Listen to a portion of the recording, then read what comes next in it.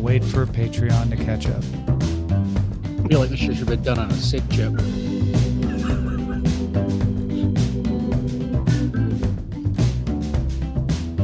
All right, there. We've got the Patreon folks. We got the Substack folks. We got the YouTube folks. We got a whiskey drink. We got a vodka drink. Nice. Hey, everybody. Welcome to the Friday Hangout. Welcome, Richard Gunther. Hello. Hello. What's going on, Hammond? Good to see you. Not much. I'm excited about this one. This is actually a hangout I can actually participate with some sort of knowledge in. Yeah. Nice. Yeah, this is going to be a little bit difficult for me. Here, I'm going to make this. So as you can see, I have the new MOS Technologies Commodore 64 running on my main monitor, which is the thing itself is sitting right there. So I'll have to reach over there if I need to type anything or bring it over to me. But I have my original Commodore 64 joystick from Wico Command Control plugged in, and it works. Wow.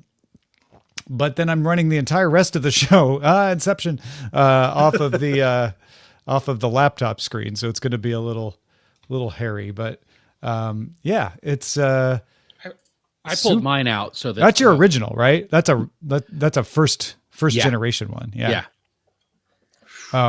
This is the one I've got sitting here is a MOS Technologies recreation, but it is in fact very close, very, very close to the original. Like I said, my VGA ports work. I've got that plugged in. Here, I'll go add that. Oh, hey, Amos, how's it going? It's got VGA ports that work. It's got cartridge slot that works. I pulled out old. I'll demonstrate this later, but I pulled out old cartridges and put them in, and they work. It's got the old ports for inputs. If you want to use them. Oh yeah. Gosh. But then it also has an HDMI port and a couple of USB ports. Okay. And as you can see, it comes with a USB drive that is shaped like a cassette. Love it. I love it. Wow. Yeah. They did such a good job. Now, I got the beige one so that it looked as much like the original as possible. But they sell a couple of others as well. Let's see if I can find the other ones. This is just the MOS Technology wiki. I want to buy a MOS Technology Commodore. Where do I go? Let's see. There we go. I think this is it. No, that's not it. It's the timeline. Here's Tom's Hardware's review of it. Oh, here, but they have a picture of it. You can get one that's like translucent. Okay. That's kind of fun. It is not super cheap. It's a few $100s. So what is the cost of the original cost of this box, if I remember, was $299.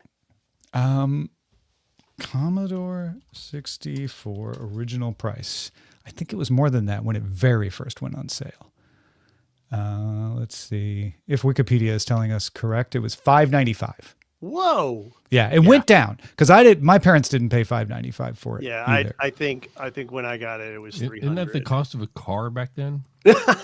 Well, yeah, they have the in Wikipedia. Somebody it's $1,940 in modern dollars. Wow.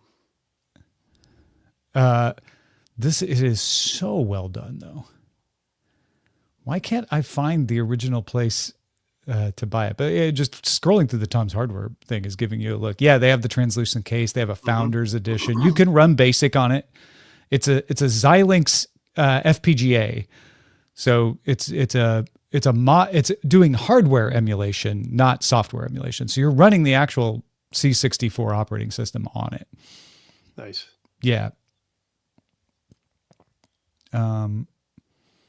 Yeah, it's $300.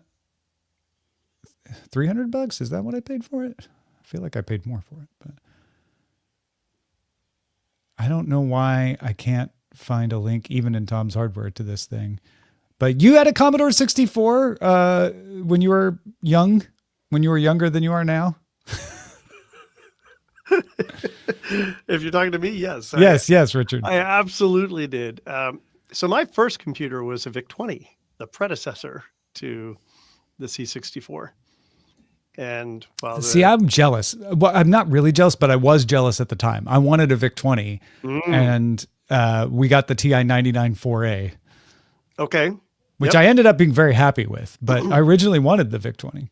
Yep. I had a friend in college who had the TI, and I think I was in high school when I first got the VIC-20, and then it was near the end of high school that I ended up upgrading to the C64. But I mean, I had the printer. I originally had the tape drive, eventually got the hard disk drive attachment, and I was so into that thing. The VIC-20, I think your C64 there is probably showing you 40 characters across, if I remember correctly.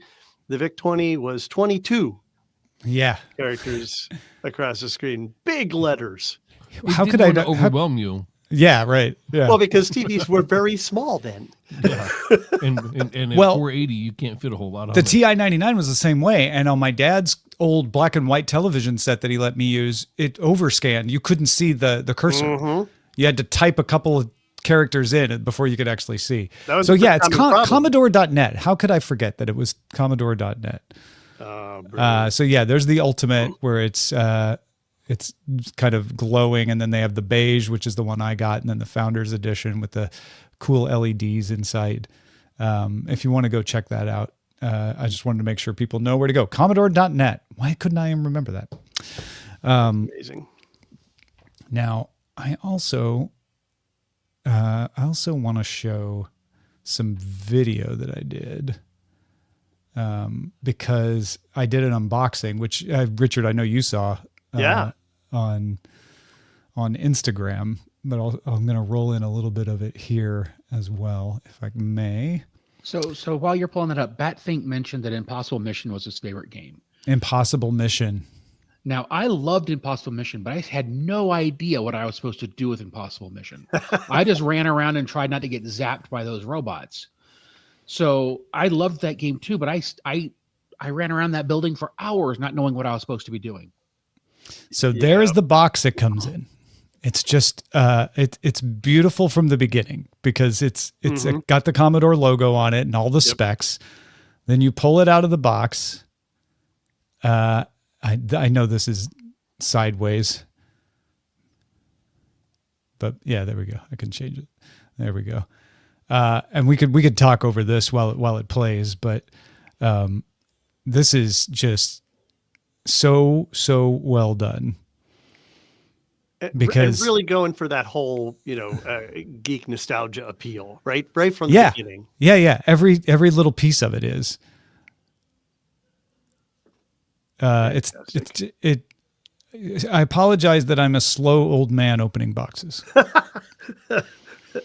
You didn't pre-open it and then tape it so you could do a fake I should have. I wanted it to be so pure from the beginning, though. I appreciate that. But Tom, those socks, man, those socks are that's where it's at. Yeah, you like them? Are those Carhartts? I think they're Carhartts. I know all the feet people are enjoying this video. Okay. Whatever, dude. Okay. Oh, yeah. And then I stopped. I was like, well, that was ridiculous and slow. Here's the real deal. Now that looks like, except for saying Ultimate, the original Commodore 64 box. Yeah. It is, a little bit longer. And it obviously has pictures of the modern ones that you can get. Yep. It is funny considering how close they made it look, even with that. Even Welcome with that back on the front. to the world of friendly computing. Yep. Yeah. It is funny. I wonder why they chose to not also mimic the original shape of the original packaging. Yeah, I don't know. I don't know if it had to do with the inclusions that they had wouldn't fit in that longer box that was along the front of the original. Maybe. But yeah, there's the cassette. Now, oddly, they had used rubber cement to make sure it didn't slide around, and it pulled off the back. You can see the back still sitting in the box. But that's got games and manuals and information and for settings that you can use. But yeah, if you don't have any games or any cartridges or anything like that, you can just plug that USB cassette into the USB port on the back and then pull up a bunch of games. And then do you have to recognize that with like a load and open statements or? No, I almost wish they did, but you don't have to. You don't have to do 8,1. Yeah. Anything. Yeah. The HDMI cable itself is just a plain black HDMI cable, but it's in this Commodore 64 packaging that's customized. It's great. Like the attention to detail is just so beautiful. This is also rubber cemented in, so it didn't float around. Now, I think wisely they did not make the power brick the same as the original huge black power brick, and they provide adapters so that whatever country you're in, you're gonna have the right plug to slide on the edge. Nice. I think that's made really to go along with the Founders Edition because it's got that translucence and all that. But yeah, you've got the European, UK, and US, Japanese, Korean, Chinese, depending on what side of the world you're on. Just pops right on. I wasn't sure I was going to be able to do it when I was unboxing like that, and it was super easy. Sometimes they can be tricky. Yeah. The other thing about this is everything they did is well made. Like the USB cassette, I'm like, oh, this is going to be hard to put in with the HDMI cable right next to the port, but it goes in upside down so that your cassette is hanging off the other direction. So I'm like, oh, they even thought about that. And it seems like an extra long dongle part so that it's not in the way. Yeah. So it's like jutting out from the back a little bit. Yep.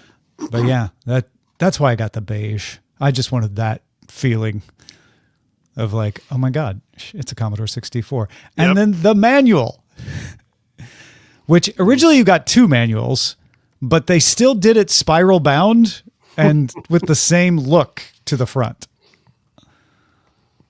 Just the fact that you get a manual at all. Right. Right. Yeah. And there's 7 checking it out. Yeah. My dog had to come sniff it out. He's like, wow, so this is what you used when you were young, huh? I saw him in the video initially. That was funny. You're talking about the USB dongle. You know, there's an engineer with one of these at home with the USB flipped upside down. I was like, this damn thing. Why is it like that? One each, lesson learned. But yeah. Right. Ultimate User's Guide, table, like the whole thing. It's all there.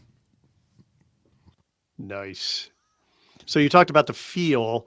How is the keyboard? I remember the keyboard on this being super clicky, particularly good. Yeah. Nice. Well, now I just put a bunch of semicolons on my screen. Now, did it come with like a packet or like a candle or something to help it smell old? No, it doesn't have the smell. I remember the smell of the original when I opened it up for the first time. This does not have that smell. It should have had a candle.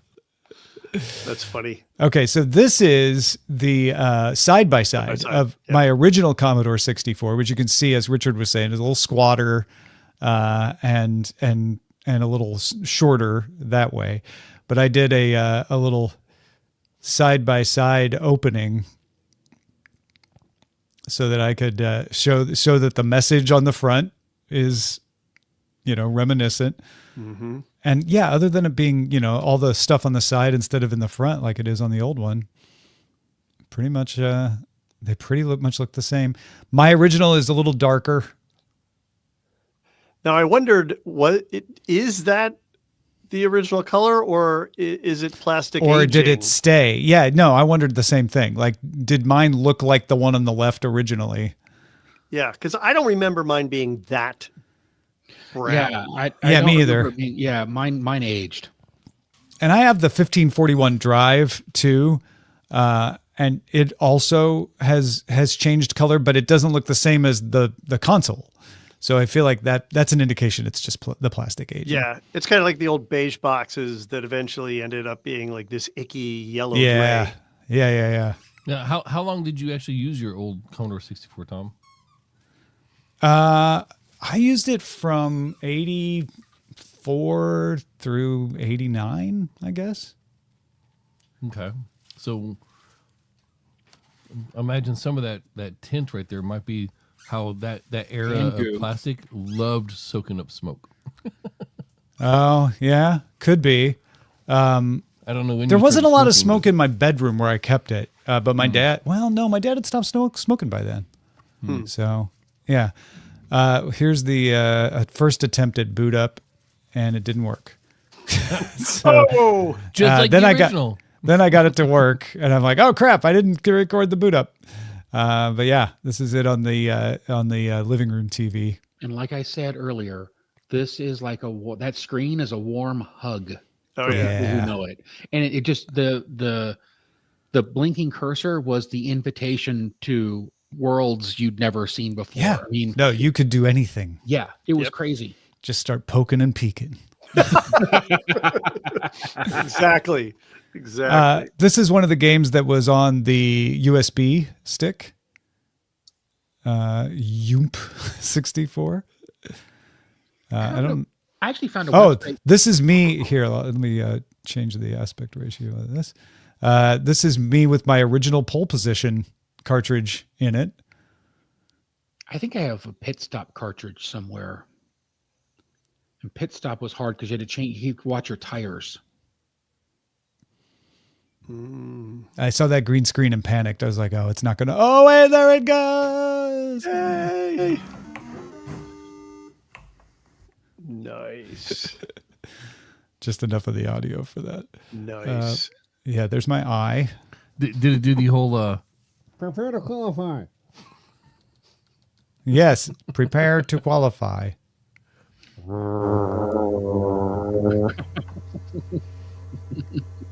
You could kind of hear it. Yeah. Yeah.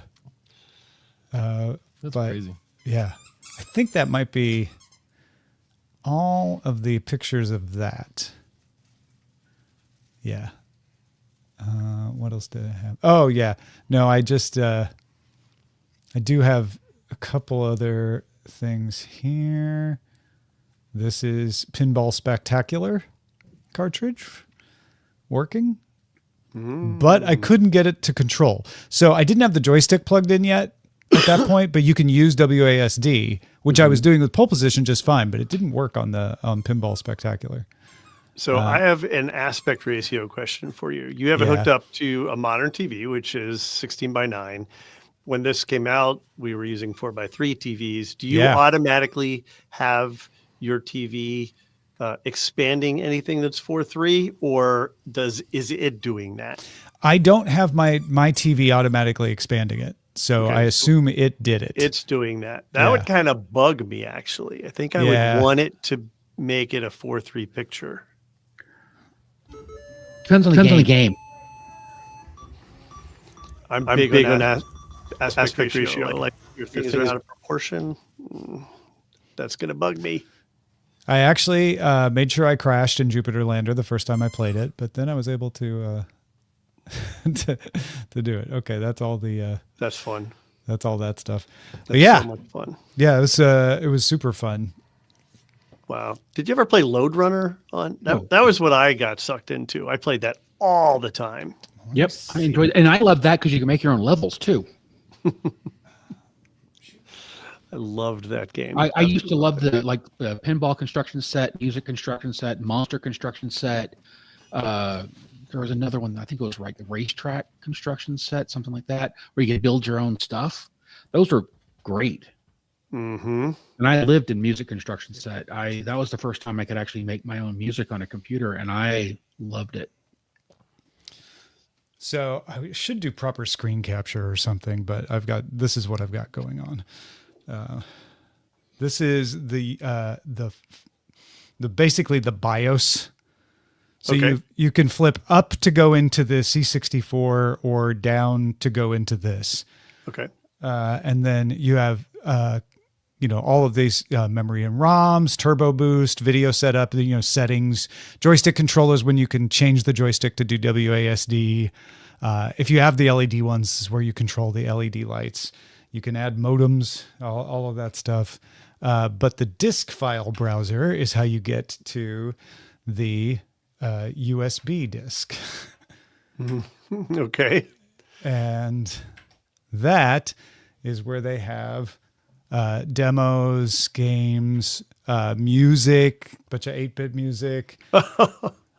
And I think the reason that made me go in here is I think the game had...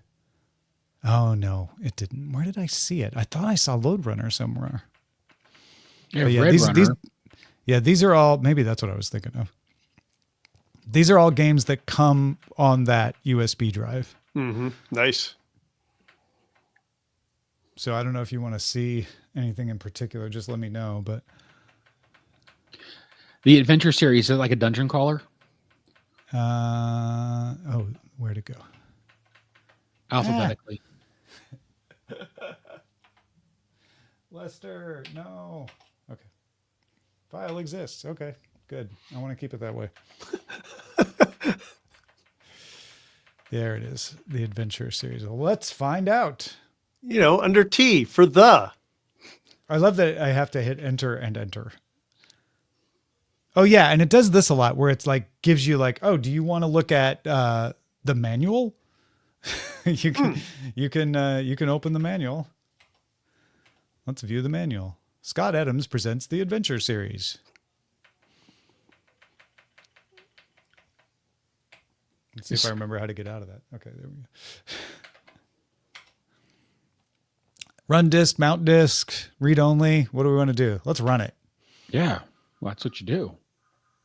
Oh, look, it does do the load 8 one for this one. Nice. Yeah. Yay! Nice. I guess the other one I tried was a cartridge. That's why it didn't.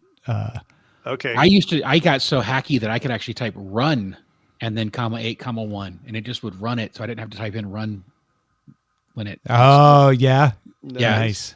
So 8 was the drive and 1 was the tape, wasn't it? If I remember correct. Did y'all ever have the tape drive? Yeah. I did. Yeah. Mm-hmm. I want to say 8 is- was the drive and 7 was the tape. And Oh. one was the first one because you could have 2 disk drives, and I had 2, and you would have 8,2, I think, if you I wanted think- to use I the think- second one. I think that's what it is. It's disk Okay. drive and the number of think drive. The yeah. drive So, number. so is it simulating the load time, or is it actually loading this load? I don't know.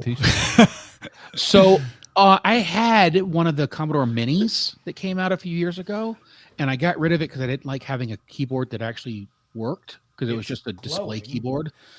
But I think that they actually Oh, that's simulate.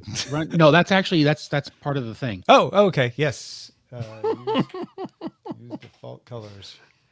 No, do not restore a previously saved game. The author has worked over a year on this program and is currently writing many new adventures. So please don't copy or accept a pirated copy of Adventure. This is 1979. So much nicer than you will be prosecuted. Yes. You wouldn't poop in a policeman's Okay. helmet. So this is like a barely graphicable Zork. Yeah, basically. Tell me what you want to do. Kick the bucket. Oh, you died. I've only got one hand.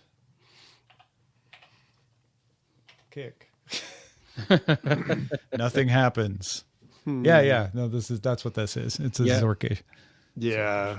I was never good at these.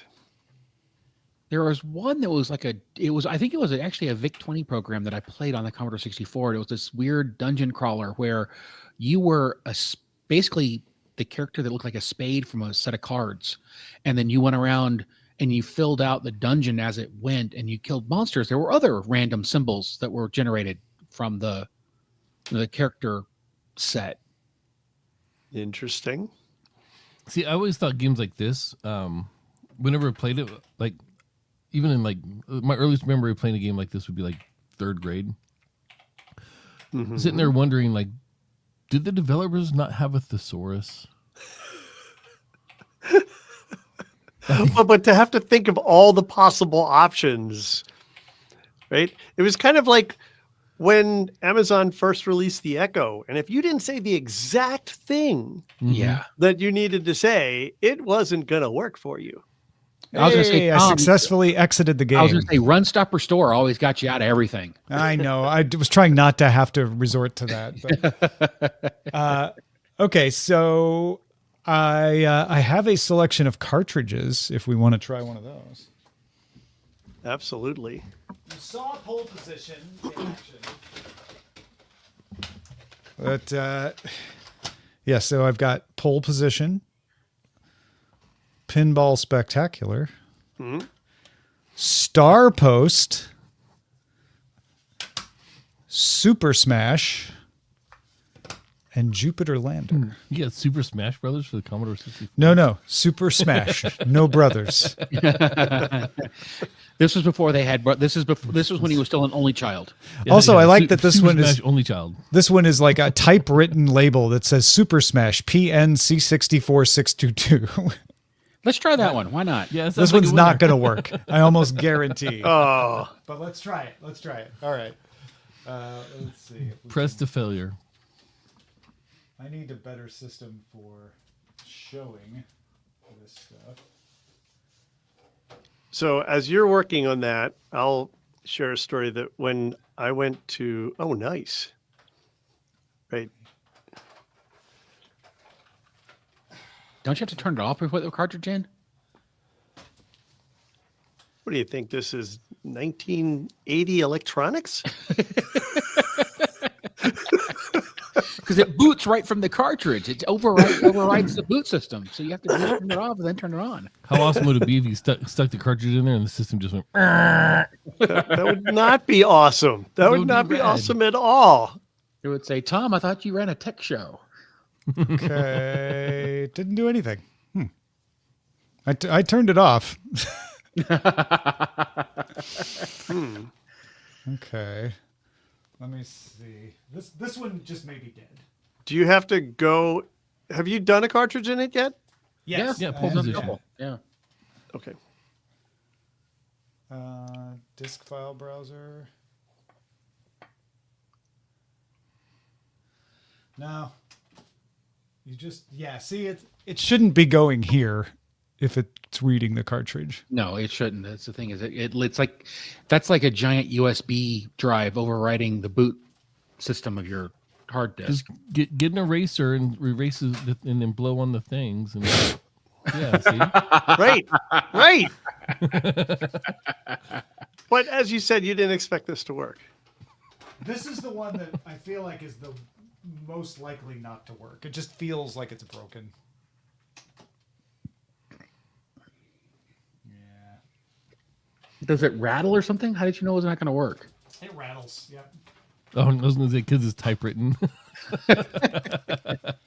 Also that. I mean, All right. Well, let's try a different one. What do we It's like? actually the Cloak and Dagger. How about cartridge from the Star movie. Pole? Star Post? Yeah, Star Pole. Whatever post. Yeah. All right. Sounds like the name of a strip club in space. in Dallas? Yeah, space.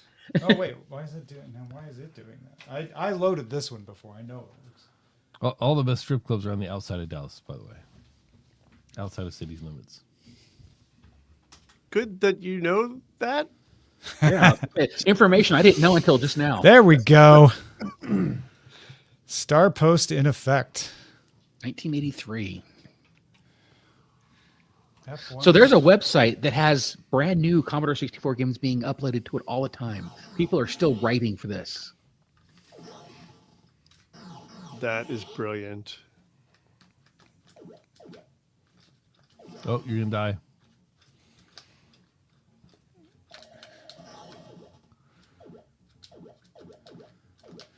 This joystick is not very responsive. I'm not trying to be a poor craftsman that blames his tools, but you can see I'm definitely moving it, and it's not really going where it needs to go. Mm-hmm. So maybe you need to buy a new joystick to go with the system. Sure is loud. I forget. Was this keyboard navigable? I don't know if it was, but all of them are now. Oh, okay. That's good. Yeah, you can go into the settings and turn on WASD. Nice. No, this is user error. Sorry. I forgot that you only get left and right in this game. Now we're talking. Oh, okay. So if you had a paddle, this would some star post. Yeah, if you had a paddle, it would be better for this one. Some Star Post fan was out there going, "You idiot, your joystick's fine." Yeah, but you got a high score of 600 points, Tom. Like, you're cooking. Yeah, 8 hits. Also, this tells you that it reminds everybody just how hard older games are. There's no easy way out of games back in the 80s. You had to be good at them. Okay. Yep. Oh. Copyright 1983. Oh, there. Yeah, that's what I want. 1983. Yes, Richard, before you ask, I have memories Okay. older than that. One thing about this is pulling the carts in and out is very difficult. It is not easy. Which one would we like? Pinball Spectacular or Pole Position next? Well, I've never been into pinball boring, so let's try pinball spectacular. Yeah. That reminds me of a joke that said the phrase silly putty implies they're serious putty. Oh, That's such a dad joke. Yeah. That Well, is the such a best part, dad though, is I joke. told that to somebody who was in the military, and they said, yeah, it's called C4. Oh. Yeah, serious putty right there. Oh, not wrong. Serious putty, buddy. All right, let's see if it... Oh, I got to turn it back on. Yeah, that helps. Hi, everybody. here we go. Oh, yeah. I'm gonna airdrop this to my Mac. It's and like I have a got- Push button to start. Okay. I did. maybe it's on the wrong port. Some games ran out of port too. Yeah, why was that? I don't know. Oh no, it's working. On its own. But it's another paddle game. So it's not responding to my joystick. Oh, this is so sad. Maybe it is the wrong port. Let me try the other port. No. Nothing. It's nice sound effects though, don't you think? Yeah. Absolutely. It's like pinball meets breakout. 1983 again. Breakout ball. Right. All right. So while we're here watching Tom do this, around the horn, favorite Commodore 64 game. I don't have one because I never played one that I know of that I have a distinct memory of. Mine was absolutely Load Runner. I mean, I was just obsessed with that game. So Gyrus is my favorite game of all time, and I beat it on the Commodore 64. Gyrus, you started at Neptune, and you fought wave after wave of spaceship in circle around the planet, circular, going in circles, and then you'd warp to another planet like every few levels, And I remember when I warped to Earth, I'm like, oh my gosh, I beat the game. And then it put me back at Neptune and started me over again. Now, Hammond, real quick, you said that the law of implications, right? I forget what it's actually called, but when you say one thing, it implies that there's another. Yeah. I present to you this baby onesie.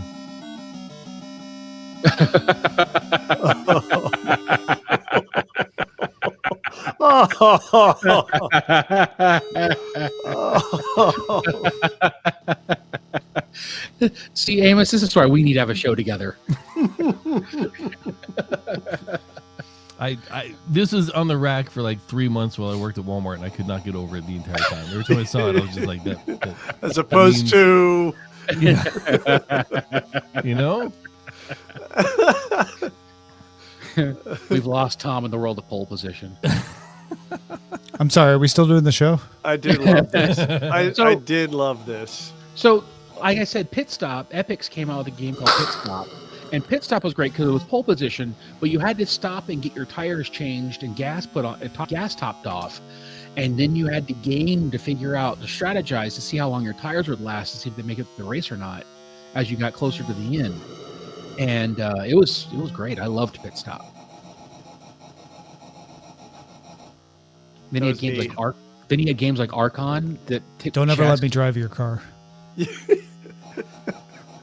Then he had games like Archon that took chess and made it like battle chess, which was awesome. I love that.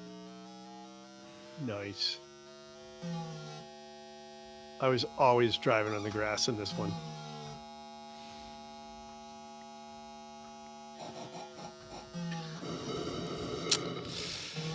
That was a good run. I was just surprised when cars didn't actually sound like that when I started driving. It's kind of like on a darker note. It's kind of like car crashes don't actually sound like they sound on TV. No, they don't. Man.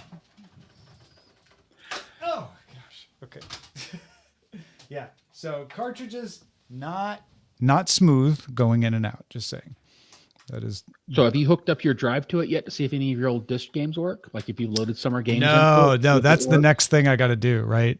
Is pull out the old 1541. See if it still works. Yep. It may not. But I do have a bunch of discs still that I could pop in there. Micro League Baseball, a bunch of max cell discs with my own program saved Baseball on was them. such an eye-opening game for me because you could play as different historic units, and they basically just gave you the highlights, so you didn't have to play through the entire game for the most part. But it was fun.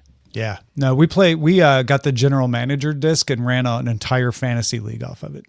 Nice.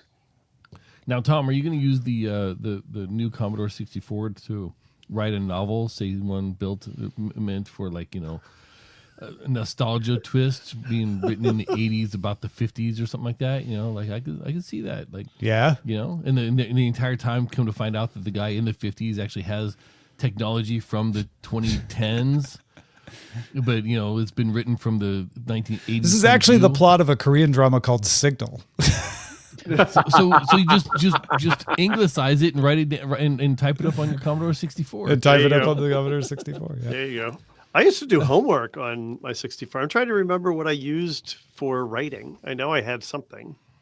I actually learned how to program in Pascal on my Commodore 64.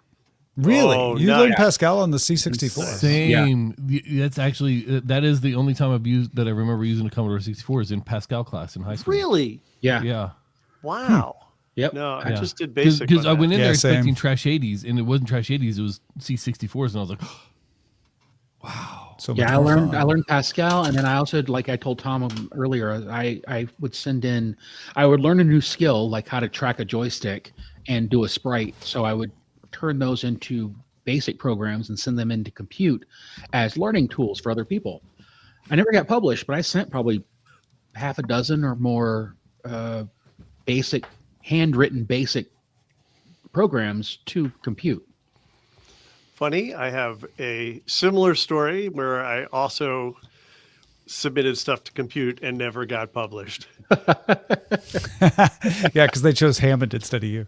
No, they didn't publish No, any of my his, stuff. They didn't his publish any of didn't my get stuff. published either. Yeah. So And I'm assuming. Oh. Which one is which? Oh. Well, one of them says ultimate, and is Yeah, I was gonna say, that's the giveaway. Yeah. Yeah. It's also bigger. It's also bigger than the original. Interesting. Just by a little bit, but they're Interesting that it's bigger. I mean, they wonder got why the they- both spiral down. Well, yeah. I think it's bigger because it's doing more work. Yeah. It's obviously got new ports, but also originally said you the original got came with two, right? you got Yeah. the Commodore 64 reference guide, the programmer's reference guide, which has all the basic. the binding on that command. one used to piss me off. Yeah, because of the way the spirals are capped. Yep. But this is the one with all of the basic functions. How is and- it spiral bound and I can't lay it flat? This is bullshit. Well, it's not because that's not really spiral bound, right? That was No, that plastic stuff. I forget what Yeah. that's called. Yeah, I don't know what that Stupid is what it's technical called. term is for it, but yeah. Yeah. And every once in a while, you'd have one that would like get dislodged or start to come Pages that apart. were yeah. No, this is not. I mean, it's not. You could see it's like even now just over the edge. It's not supposed to be. It's supposed to Right. be inside. It'll be tucked Yeah. under. Yeah. Yeah. Like I said, dumb. Well, thank you for letting me silently play video games for 20 minutes while the rest of you talked. No, that was fun to watch. That was fun to watch. But like seriously it was also a really good productivity tool. You talked about learning Pascal, Amos. I did homework on mine. I took mine to college with me, and it saved me many a night having to trudge across like snow-covered fields to get to the computer lab to work on projects. What was their word processor called? GeoPages? GeoType? Something? I seriously do not I- remember. I was so bad at typing that I would go home after school and write all my Pascal programs on notebook paper, and I'd write my computer lab neighbors' Pascal programs on on notebook paper. Then go into the next class, and he would actually type up his and then type up mine. Oh, wow. No, I learned to type early. I kind of did a self-taught typing book so I could learn to type because I knew I was into the computer stuff. And I never even considered typing, like touch typing, a thing until Right. EverQuest. everybody was like, well, why do you need that? You're not going to become a secretary. Yeah, No, we but won't. I'll Don't become a worry raid about it. leader. Paper Become a clip, raid I think. leader in this game in the late 2000s, where I have to be able to type and read at the same time. I think paperclip might have been it, you guys. They're on- Paperclip. Yeah. I do remember I got something called Print Shop, and it was like the first time I was able to print like banners and use Oh, the Print font. Shop was awesome. Yeah. Yeah. I loved Print Shop. They had that on the Mac. They had that on a whole bunch of different platforms. That was a I lot of remember fun. using print shop. We were using we were on Macintosh, I think, when we were using it to do the school newspaper Yep. in 7th grade. That makes sense. Or the 2E Yeah, or Border 2C Burn. rather. Right. Border burn. Yeah, SW Yeah. Texas, Broderbund. Yep. Also, Oh, WC Moo in Substack, I missed this earlier because I was busy playing Pole Position, said you use the Stonehenge BBS software to do it. And there is the BBS software on here. I haven't connected this to the network yet. But once you connect, you can connect this to the internet and do downloads and stuff. And there's a whole BBS thing that you can emulate in there. Which is really fun. I did do some BBS stuff. 'Cause I was all in. I had the monitor. See, my dad wouldn't let us have the modem. So Yeah, and I had the modem. I had all of it. I had the modem. And the only time I could use I'm the modem was when jealous. both my parents were out of town, because then I knew the phone was going to be calling. So Tom, I'll be use the phone severely line. disappointed if you dial up the BBS and it's not. Yeah, exactly. Well, it's Yeah. only a little bit of that because the original one was 300. So Yeah. you only needed like That's right. I was first doing entry. 26. Yeah. Yeah. So, oh my God, we're such geeks. But I should probably pull out a cassette that has Commodore programs saved on it and then just play the audio. It basically sound the same. Yeah. wasn't one of the modems actually a cassette? Isn't that, or not a cassette, a cartridge? Isn't Yeah. It that was how they that's what I implemented had. it? Yeah. A cartridge. Yeah. Yeah. And you put your phone handle on it. Yeah, it was a cradle for the phone, and it would just blast the sound into the receiver. Yep. Yep. I didn't have one like you guys did. I'm not mad still. Oh, I didn't it's- have one until college. What? Because my excuse was I need to be able to do my homework. I need to be able to dial into the mainframe. Yeah. I think for me it was because I was the only child and my parents just wanted to keep me busy. My dad was worried about it. He's like, there's too many things could go wrong. I don't think it's safe. I was like, wow, you're ahead of your time. Yeah. Seriously. I'm going to play the card that I'm so good at playing. I didn't get my first computer until I was an adult in the Air Force using my own money. Yeah. All right. Fine. You win. Fair enough. Whatever. All right. So It was the best technology I could afford in 1996. And it was still a Sinclair Z100. A I Timex wanted Sinclair. one of them. I wanted one of them so bad. Okay. I don't feel so bad, Richard, because I still have mine. Oh, all right. With the membrane keyboard. Yeah. Yep. I wanted one of them so bad. Where is it? All right. So, did either of you ever graduate to like next gen Commodore stuff? Did you go Amiga or did you get the 128 or anything? So I really, really desperately wanted an Amiga. I wanted an Amiga so bad. And when I was talking to my parents about it, I think they misunderstood and they thought I was talking about another computer that's, oh my gosh, there it is. Oh, I had that very thing for a while. that is so cute. Yep. They had it on sale at Coast to Coast Hardware in Greenville for $50, and my dad bought it. Nice. But I decided I was talking Amiga, and the next thing I know, I opened up Christmas and it was an Apple IIc. Oh, You were okay. so disappointed. I was so upset because it was just another green screen computer that didn't do the things I actually wanted it to do. But Yeah. as far as they knew, it It was was a new better. computer. Yeah. Right. Yeah. Yeah. Yeah. I went from Commodore 64 to an IBM PS2 Oh, okay. because the college had a discount on that, and so we got that, and that's what I used in college. I did use an Amiga at the college television station when I was in journalism school. That's what they used for all their on-air graphics and stuff. So I got to play with it a little bit. Nice. I never went to the Amiga. I wanted one. By that time I had a friend in college who had one. And then after college, I was thinking maybe I'll look into it. And I every time I was researching it, then they came out with one that did 286 emulation. And I'm like, whoa, wait, this could be, it could be compatible with other stuff. And it was just crazy expensive for the time. I just couldn't justify it. I did, however, in college. So, story that y'all should learn from. If anyone's young here and you're in college and you don't have credit yet, I got my first credit card. And first thing I bought was a new computer. Mm-hmm. I bought Same. the 128. I bought the Commodore 128, the successor. Yeah. And that gave you like a traditional 80 character screen.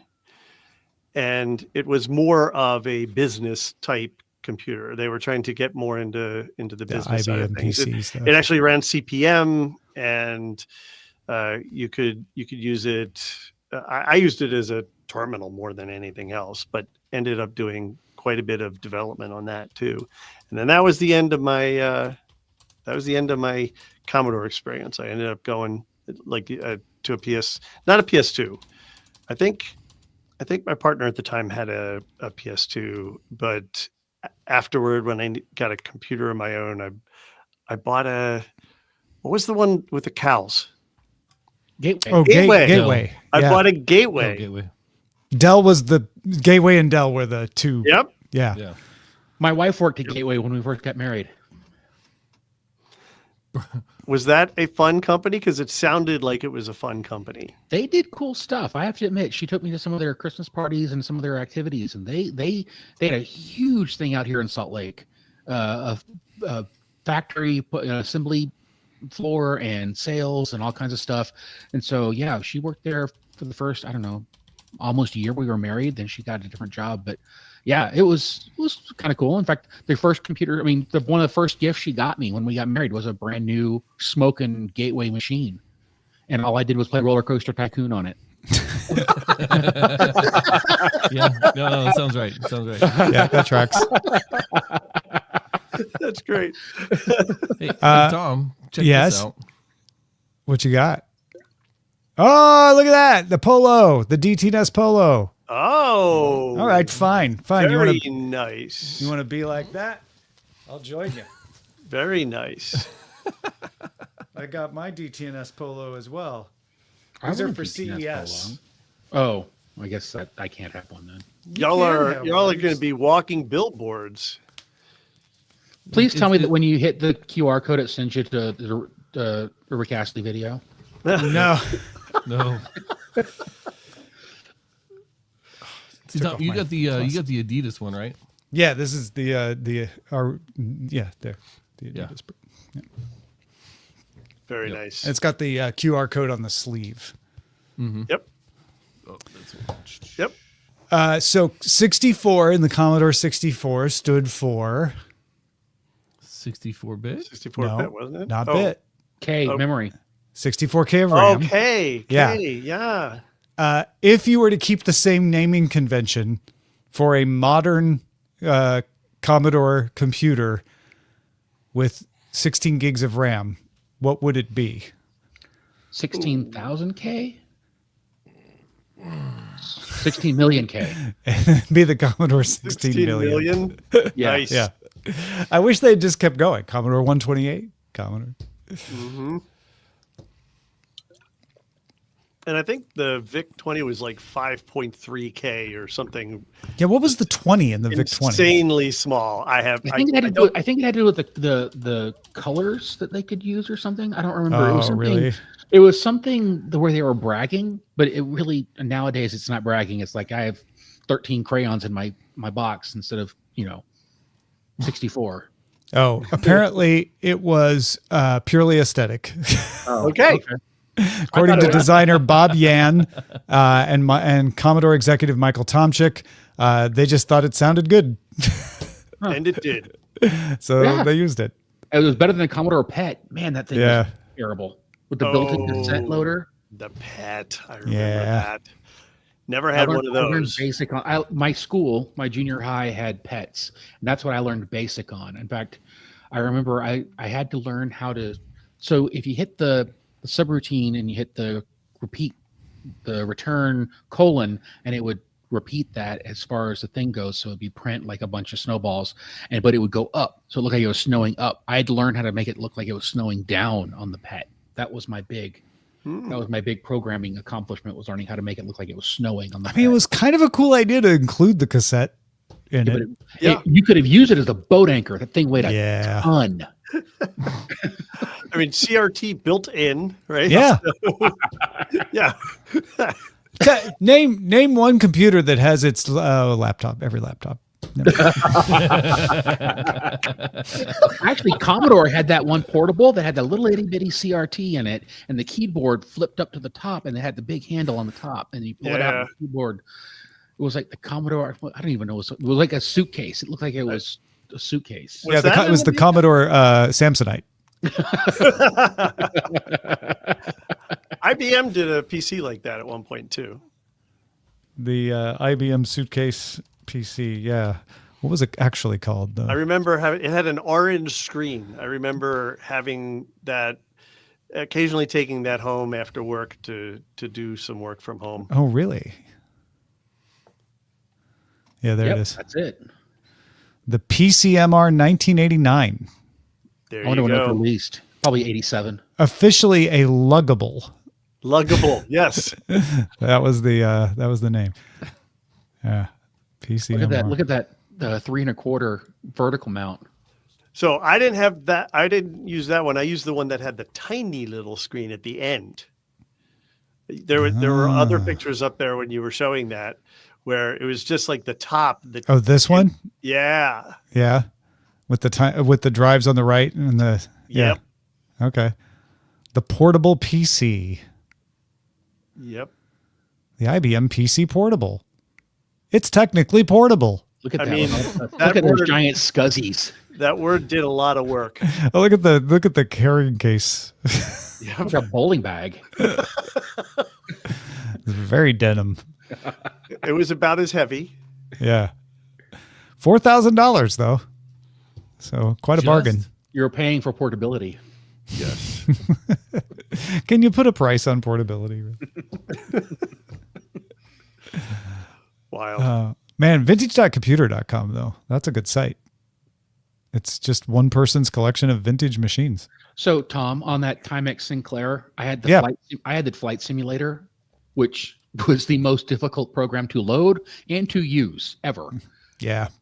Because the membranes weren't super responsive and the computer wasn't super responsive, so you crashed all the time. We had the only things we had a printer for it, which I also still have. That's the little one that like used thermal paper. Thermal yeah, paper. just like just like receipts. And then we had the cassette connector, right? It was just wires that you would connect to any cassette recorder. And my dad was a little bit of a geek too. So he had like cassette recorders as far back as the late 60s. So we would take that beige Radio Shack cassette recorder and plug in the Timex, and it never worked. It would record something, but you could never get it to load. Like you could record it and then you could play it back and it would be like loading and then it'd be like, I didn't get anything. Yeah. No, it was that it was funny because it was such the opening door of what was possible. Yeah.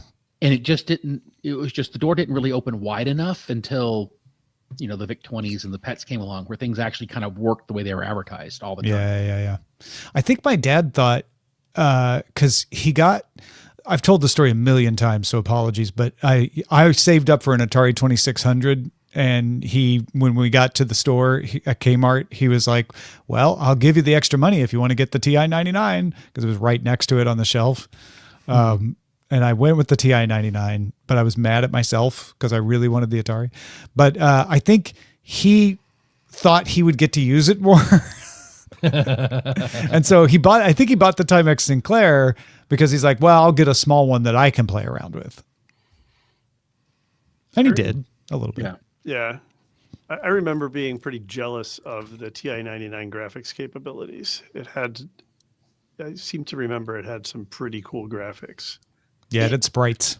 Yeah, it did pretty well. I think that I upgraded to the C64 because of the graphics, though, because you could control the graphics in programming with Peek and Poke, which you could not do at the TI-99. You had to buy a cartridge. You had to buy something, right, to control the sprites in the TI. Yeah, and then of course the music was the big upgrade. I mean, the SID chip changed everything as far as computer music goes. Definitely.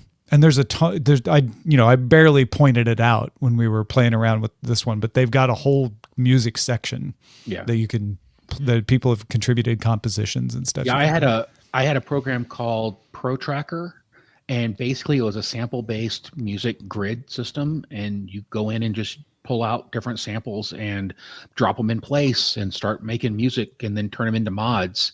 I had made so many things. The first thing I did was the James Bond theme. The James Bond thing, that's awesome. Dun, dun, dun, dun, dun. Nope, that's No. Mission Impossible. That's Mission Impossible. Dun-up.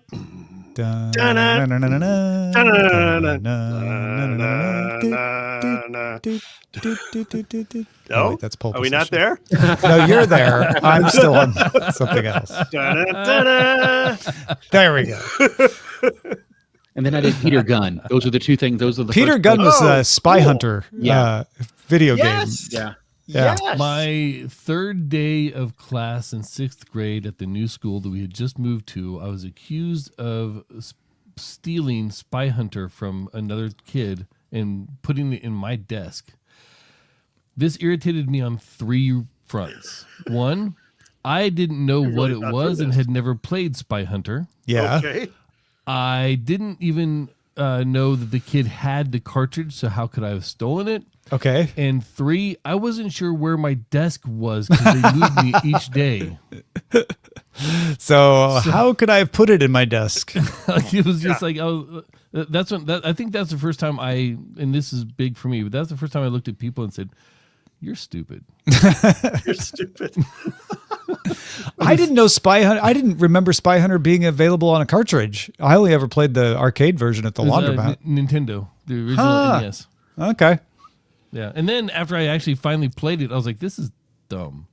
Oh, it was great in the arcade. Yeah, it was good in the arcade. I had it on the Commodore 64. I think I Oil had it on slick disc. button. I had it on disc. It wasn't on cartridge. I don't think I ever owned it. I just played it at Jansen's Laundromat. Then there's a game called Telengard, which was a old school dungeon crawler D&D style game. Oh gosh, I sunk so many hours in that game. Yeah. My go-tos were, I loved Spy Hunter. I loved Galaga, Defender. It was great. Yeah. Pac-Man, of course, but everybody played Pac-Man. So many hours. Yeah. So many hours. So to be the guy who keeps on talking about non-gaming stuff, did any of you have Geos, the GUI that they came out with that ran on top of Commodore? Yeah. I got that in college. It was trying to make it like a Mac. I didn't, I was on to the IBM PS2 and I was using Windows 2.0 modified with a third-party program manager from HP.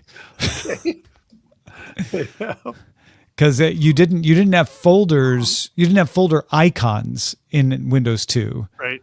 But HP had a modifier that you could run that would give you the ability to have icons and stuff. And then I used a Mac, both at work at the radio station and in the computer lab my freshman year. And I was like, oh, this is way better. Yeah. Yeah. So my college roommate had a Mac and I was really jealous of the whole graphical environment thing. Yeah. So that year I asked for this Geos program for Christmas. Yeah. And that's what Amiga used as their primary operating system, pretty much, isn't it? Was it really? Wow. Oh, wow. Okay. I think what happened is they designed it to work on the 64, but then Amiga was one of the first ones to have a mouse and interacting with the desktop a certain way. Yep. And I think that they adapted Geos to be the Amiga operating system. I think. Oh, wow. Okay. I'm not a historian, but I feel like that's the way it went. James says Geos is now open source. I could install it on the Commodore. Oh, you should totally do that. I should absolutely do that. That's a great idea. And then run the show from it.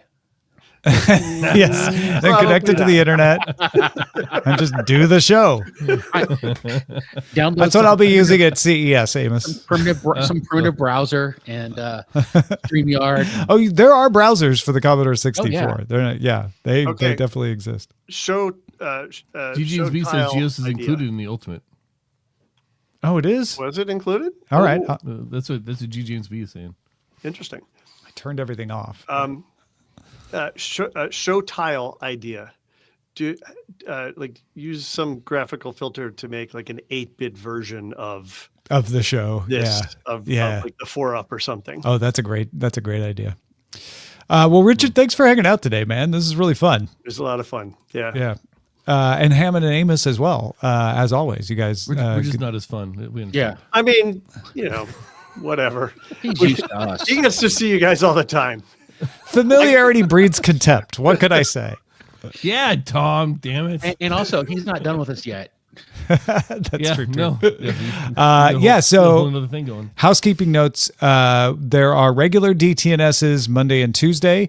I will be doing office hours and the mailbag Monday and Tuesday for live streams. And then Wednesday morning, 10 a.m. or 1 p.m. Eastern, we will be doing a listener co-host show where we're going to be giving our either tech memories or tech gifts we want to get. Tech for the holidays. And we had a bunch of people have sent in their ideas, and we'll play those. We got a couple people going to join us live, and then that will be the last any kind of DTNS. It'll be the last live, last DTNS, last of anything until CES. But we did pre-record holiday episodes, so in your feeds, you'll get a gift support episode with a bunch of troubleshooting tips. You'll get the predictions show, the predictions results show, best of show, and then we're back on Friday at 1 p.m. Eastern, Friday, January 2nd, with a CES preview show. So be sure to come back for that, which will be live, exactly. Yeah. And also put into the feeds as well, of course. Yeah. So that's the plan. And then for come the Monday, rest of you'll the year. see me, Tom, and Rob from Vegas with no hair because we will have pulled it all out. Yes, you mean Yeah. January 5th. Yeah, Yeah. exactly. Yep. We'll all look like Amos. All right. Thanks, everybody. We'll see you later. Have a good weekend. Goodbye.